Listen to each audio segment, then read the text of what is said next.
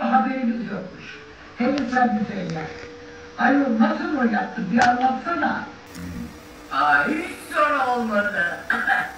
Oyuncu Canım benim çıktı. ruhumda vardı. Merdanki çamaşırı otomatiğe attım. Ben şimdi Bütün temeli, üst katta süpürdüm ama silmedim. Amerika'da okumuş olan gencin annesi. Kendime bir sofra kurdum.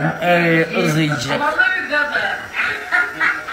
Haydar Bey de babası. Çiğ köfte söyledim.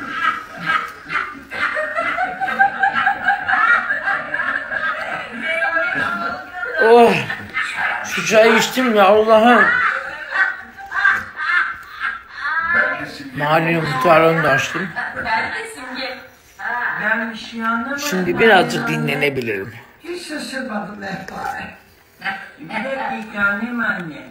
Şimdi Ay. Şirin simge olunca temelde can mı Annem oldu? bugün aşure yapmış. Arayayım da bana aşure göndersin. Şimdi simge olunca Kız kimse demiyor ki öldüm mü, acından kaldım mı, bir çay verelim mi? Ana vallahi billahi kimsesiz başıma yaşıyor burada. Beyazlarım otomatiğe attım. Şimdi yeni su dolduruyorum. Sadece havlular. Güzel beyaz sabun rendesiyle ve tabii ki de benim özel çamaşır parfümümle.